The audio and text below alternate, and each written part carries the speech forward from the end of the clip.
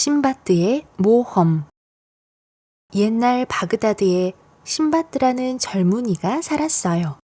그는 날마다 무거운 짐을 등에 져 나르는 일을 했지요. 어느 여름날 신바드는 궁전처럼 커다란 집 앞을 지나게 되었어요. 정말 대단한 부자로군.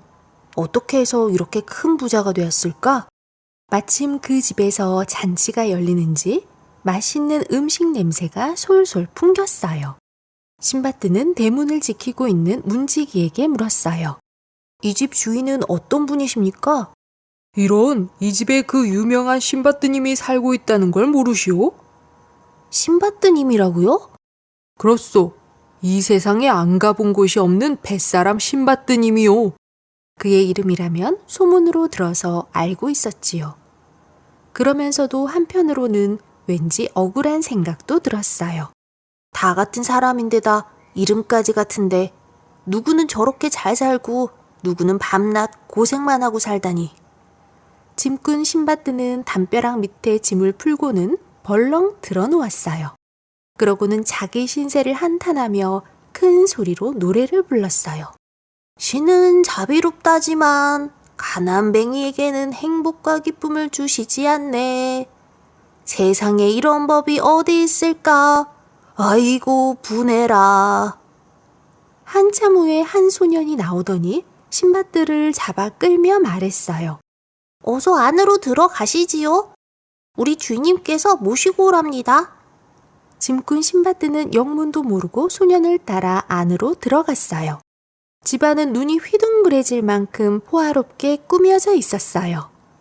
짐꾼 신바드가 들어가자 노인이 미소를 지으며 맞아주었어요. 허허허, 그 노래 참 재미있더군. 그래, 자네 이름은 뭔가?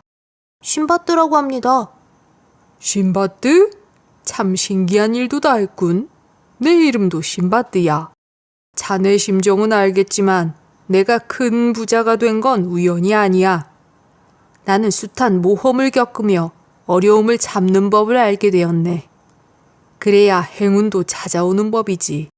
내 이야기를 듣고 나면 자네도 생각이 바뀌게 될 걸세. 자, 내가 어떤 고생을 했는지 들어보겠나? 젊은 신바드가 고개를 끄덕이자 노인은 모험 이야기를 시작했어요. 신바드의 아버지는 일찍 세상을 떠났어요. 신바드는 아버지가 남겨준 돈으로 배 한 척을 샀어요. 배를 타고 세상을 떠돌며 장사를 할 생각이었지요.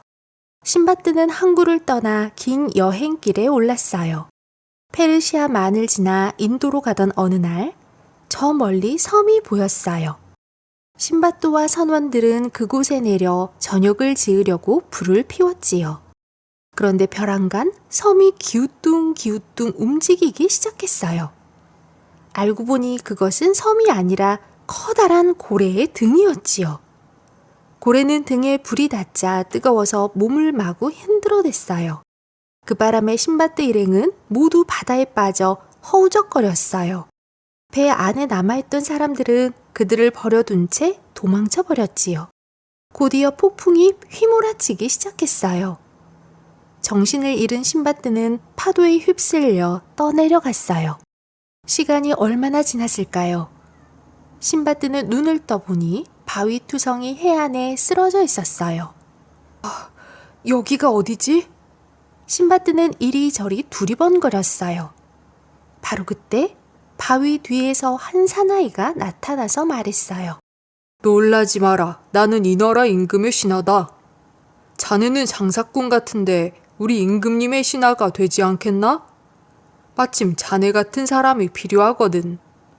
신바드는 이것저것 따질 형편이 아니었어요. 그는 곧 사나이를 따라 궁전으로 가서 왕의 신하가 되었어요. 신바드는 항구에 들어오는 배의 짐을 조사하는 일을 맡았어요.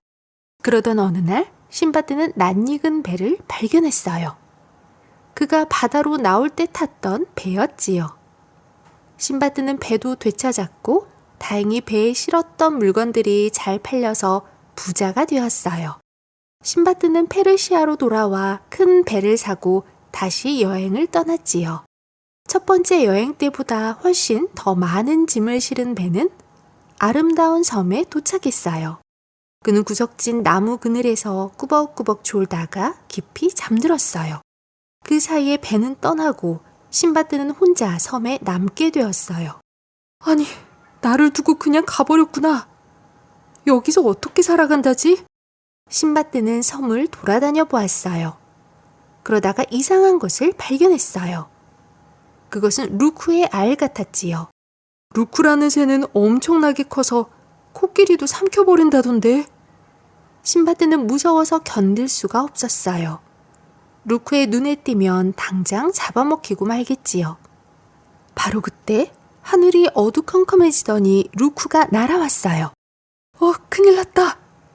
신바드는 루크의 알 밑에 숨었어요. 이윽고 어미 루크가 둥지로 날아왔어요. 어미새의 큼지막한 다리가 눈앞에서 왔다 갔다 했지요. 옳지, 좋은 생각이 떠올랐어. 신바드는 재빨리 머리 수건을 풀어 자신의 몸을 루크의 다리에 잡아맸어요. 그래도 루크는 전혀 알아차리지 못했어요. 루크는 다시 하늘로 날아오르더니 어떤 골짜기에 내려앉았어요. 신바드는 서둘러 터번을 풀고 바위 뒤로 가서 숨었어요. 루크는 새끼에게 줄 먹이를 입에 물고 날아가 버렸어요. 주변을 둘러보던 신바드는 눈이 휘둥그레졌어요. 바닥에 돌멩이처럼 나뒹굴고 있는 것이 모두 다이아몬드였거든요. 신바드는 다이아몬드를 주머니에 가득 넣었어요. 그런데 무슨 수로 이 골짜기를 빠져나가지? 그때 높은 낭떠러지 위에서 커다란 고기 덩어리가 굴러 떨어졌어요. 다이아몬드를 주우러 온 사람들이 던진 것이었어요. 사람들은 다이아몬드를 주우러 낭떠러지 아래로 내려갈 수 없었지요. 그래서 고기 덩어리를 던져 다이아몬드가 그 속에 박히면 독수리를 날려보내 고기 덩어리를 물고 오게 하는 방법을 썼답니다. 신바드는 고기 덩어리를 배 위에 올려놓고 단단히 붙들어 맸어요. 잠시 후 독수리가 내려오더니 고기 덩어리를 움켜쥐고 날아올랐어요. 골짜기를 벗어난 신바드는 다이아몬드를 팔아 많은 돈을 벌었어요. 신바드는 세 번째 항해길에 올랐어요. 이번에는 태풍을 만나 배가 부서지고 말았어요. 신바드와 선원들이 상륙한 섬에는 원숭이들이 많이 살고 있었어요. 그들은 짓궂은 원숭이들에게 쫓겨다니다가 동굴을 발견했어요. 동굴 속으로 한참 들어가니 활활 타오르는 커다란 화로가 있었어요. 그리고 그 주변에는 사람의 해골이 여기저기 널려 있었지요. 신바드와 선원들은 겁에 질려 부들부들 떨었어요. 그때 쿵, 쿵 대포 소리 같은 발소리를 내며 거인이 나타났어요. 요놈들 참 먹음직스럽게 생겼구나. 하지만 지금은 배가 부르니까 한숨 자고 일어나서 먹어야겠군. 거인은 벌렁 드러눕더니 금세 코를 골며 잠이 들었어요. 신바드는 선원들에게 화로 속의 재를 한 움큼씩 쥐게 했어요. 그리고 모두 한꺼번에 거인의 눈을 향해 재를 뿌렸어요. 거인은 비명을 지르며 벌떡 일어났지요. 으아, 이놈들 살려두지 않겠다. 신바드와 선원들은 거인이 눈을 뜨지 못해 허둥거리는 사이에 불이 나게 동굴 밖으로 빠져나왔어요. 다행히도 바닷가에 작은 배가 한 척 있었지요. 그들은 있는 힘을 다해 노를 저어 멀리 달아났어요. 세 번째 여행에서는 한 푼도 벌지 못하고 페르시아로 돌아왔어요. 신바드는 곧 네 번째 여행을 떠났어요. 인도로 가는 도중에 폭풍우를 만나서 배가 엉뚱한 곳으로 갔어요. 신바드는 사람을 잡아먹는 도깨비가 사는 섬에 머물게 되었지요. 그런데 도깨비들은 배가 나온 것 말고는 사람과 똑같이 생겨서 신바드와 선원들은 그들이 도깨비인 줄도 몰랐어요. 도깨비 두목은 맛있는 음식을 차렸다며 신바드 일행을 초대했어요. 선원들은 푸짐하게 차려진 음식을 배불리 먹었지만 신바드는 수상한 생각이 들어 먹는 신용만 했어요. 한참이 지나자 음식을 먹은 사람들은 금세 몸이 뚱뚱해지더니 그대로 쿨쿨 잠이 들어버렸어요. 신바드는 도깨비가 한눈을 파는 사이에 도망쳤어요. 그리고 며칠 동안 여행한 끝에 큰 도시에 닿았어요. 그곳 사람들은 모두 말을 타고 다니는데 안장이 없어 불편해했어요. 옳지. 이곳 사람들에게 안장을 만들어 팔아야겠군. 신바드는 그 길로 대장간에 찾아가서 안장을 여러 개 만들었어요. 그러고는 그것을 가지고 궁전으로 가서 왕에게 보여주었지요. 아주 훌륭하오. 왕은 안장을 말 위에 놓고 타보더니 기뻐했어요. 신바드는 그 도시에서 안장을 만들어 팔았지요. 안장은 만들기가 무섭게 팔려나가서 그는 큰 돈을 벌게 되었어요. 어느 날 왕이 신바드를 불러 물었어요. 허허, 이보게. 우리나라에서 결혼도 하고 눌러 사는 것이 어떻겠나? 왕은 신바드에게 아리따운 아가씨를 소개해 주었어요. 신바드는 성대한 결혼식을 올리고 얼마 동안 행복하게 살았지요. 하지만 신바드의 아내는 갑작스레 세상을 떠나고 말았어요. 그는 졸지에 생매장을 당하는 신세가 되고 말았어요. 그 나라에서는 아내가 죽으면 남편도 함께 무덤에 묻었거든요. 안 돼요. 나는 무덤 속에 묻힐 수 없어요. 신바드는 발버둥을 쳤지만 아내와 함께 무덤에 묻히고 말았어요. 무덤 속에는 많은 보석이 있었지만 이제는 아무 소용이 없었지요. 신바드는 빵과 물을 조금씩 먹으며 간신히 목숨을 이어나갔어요. 그러던 어느 날 가까이에서 우두둑 거리는 소리가 들려왔어요. 어디로 들어왔는지 들개 한 마리가 뼈다귀를 으적거리고 있었어요. 잘 됐군. 들어온 곳이 있으면 나갈 곳도 있겠지. 배불리 먹은 들개가 돌아가자 신바드는 들개를 따라갔어요. 얼마쯤 가다 보니 갑자기 눈앞이 환해졌어요. 무덤 끝에 조그마한 구멍이 있었던 거예요. 신바드는 무덤 속에 있던 보석을 가지고 페르시아로 돌아왔어요. 신바드는 5번째 여행을 떠났어요. 항해 도중에 배는 커다란 톱상어와 부딪혀 산산조각이 났어요. 신바드는 부서진 배 조각에 매달려 어느 섬으로 흘러갔어요. 섬의 바위 위에는 하얀 수염을 늘어뜨린 노인이 앉아 있었어요. 노인은 신바드를 보자 다짜고짜 그의 등 위로 올라탔어요. 이놈, 너는 이제부터 내 말노릇을 해야 한다. 신바드는 몸부림을 쳤지만 노인은 꼼짝도 하지 않았어요. 며칠 동안 노인을 업고 다닌 신바드는 지쳐서 쓰러질 것 같았어요. 노인은 신바드를 포도나무 밑으로 가게 했어요. 그리고는 자기 혼자 포도를 맛있게 따먹었어요. 영감님, 저도 좀 주세요. 목이 말라서 죽을 것만 같아요. 신바드는 노인이 준 포도로 포도주를 만들어 홀짝홀짝 마셨어요. 그걸 본 노인이 물었지요. 그게 뭐냐? 포도주라고 하는데 이걸 마시면 기분이 아주 좋아진답니다. 노인이 달라고 하자 신바드는 노인에게 포도주를 잔뜩 먹였어요. 노인은 술에 취해 골아 떨어졌지요.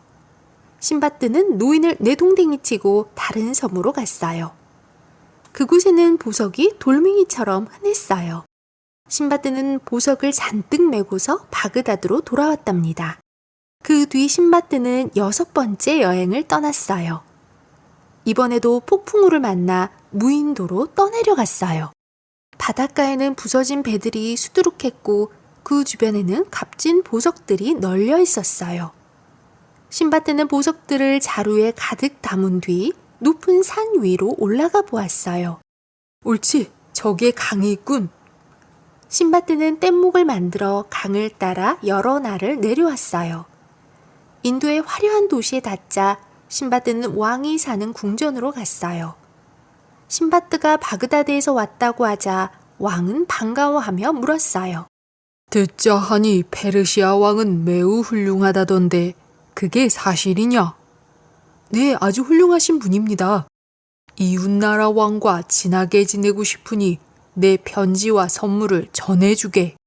신바드는 인도의 왕이 준 배를 타고 바그다드로 돌아왔어요. 신바드는 페르시아의 왕을 찾아가 편지와 선물을 전해주었어요. 그러자 왕은 크게 기뻐하며 신바드를 칭찬해 주었어요. 나도 보답으로 선물을 보내고 싶으니 그대가 도와주오. 신바드는 왕의 부탁을 거절할 수가 없어서 다시 배를 타고 7번째 여행길에 올랐어요. 페르시아 왕의 답례를 받은 인도 왕은 기뻐했어요. 자, 이건 고마움의 표시로 그대에게 주는 선물일세. 신바드는 많은 선물을 받고 바그다드로 향했어요. 그런데 도중에 돌고래 떼의 습격을 받아 배는 거의 산산조각이 나다시피 하여 정처 없이 흘러갔어요. 신바드는 어느 큰 섬에 닿았지요. 마침 그 섬에는 강이 흐르고 있었는데 그는 전에 했던 것처럼 뗏목을 만들어 강 하류 쪽으로 내려갔어요. 어휴, 가도 가도 끝이 없구나. 신바드는 무엇보다도 배가 고파 견딜 수가 없었어요. 며칠 동안 물만 먹은 신바드는 이내 정신을 잃고 쓰러졌어요.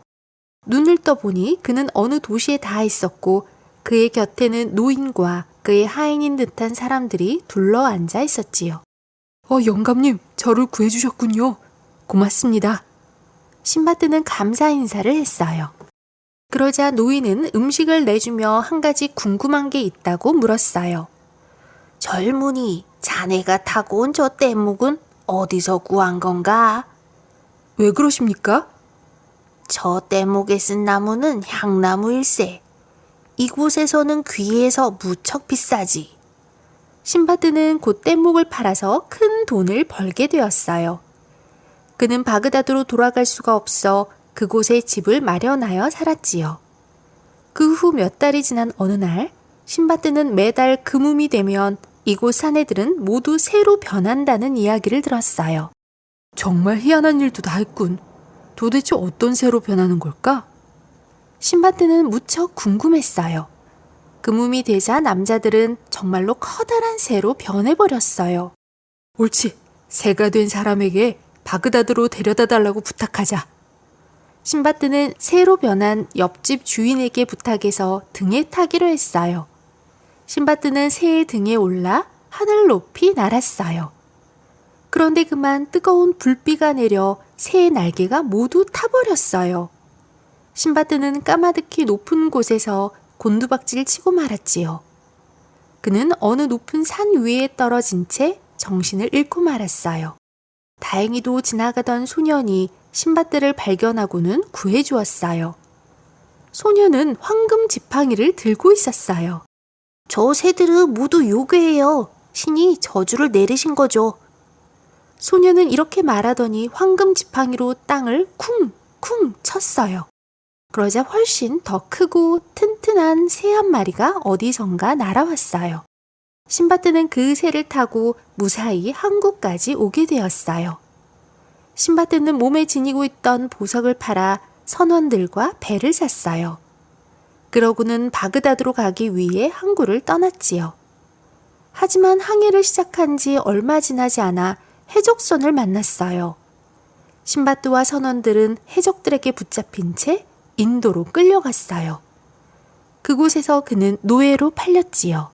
어느 날 주인이 신바드를 데리고 코끼리 사냥을 나갔어요. 그는 커다란 나무 위로 올라가서 코끼리가 나타나기를 기다렸어요. 그리고 드디어 집보다 더 큰 코끼리가 나타났어요. 신바드는 재빨리 화살을 쏘았으나 코끼리의 몸에는 이미 많은 화살이 꽂혀 있었어요. 코끼리는 신바드가 올라가 있는 나무를 코로 잡더니 나무를 뿌리채 뽑아 내동댕이 쳤어요. 신바드는 공중에서 몇 바퀴 돌다가 코끼리의 등 위에 떨어졌어요. 코끼리는 신바드를 태운 채 깊숙한 골짜기로 내달렸지요.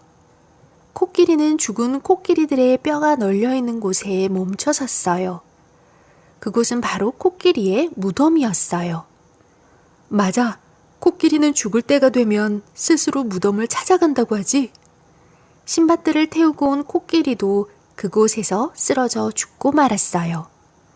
신바드는 그곳에서 상아를 주워다 팔아 엄청난 부자가 되었어요. 짐꾼 신바드는 뱃사람 신바드의 이야기를 듣고 감탄했지요. 과연 어르신께서 이만한 부자가 될 만하시군요. 노인 신바드가 부드러운 미소를 지으며 말했어요. 행운은 부지런하고 노력하는 사람에게만 찾아오네. 지금 힘들고 괴로워도 꾹 참고 노력해야 한다네. 행운이란 것도 결국 자기 스스로 만드는 거지. 젊은 신바드, 이름이 같은 것도 인연이니 자네에게 많은 선물을 주겠네. 고맙습니다. 두둑한 재물을 얻어 집으로 돌아온 젊은 신바드는 더 이상 신세 타령을 하지 않고 열심히 살아가게 되었답니다. 더 많은 이야기가 궁금하다면 구독 버튼을 눌러 친구가 되어주세요.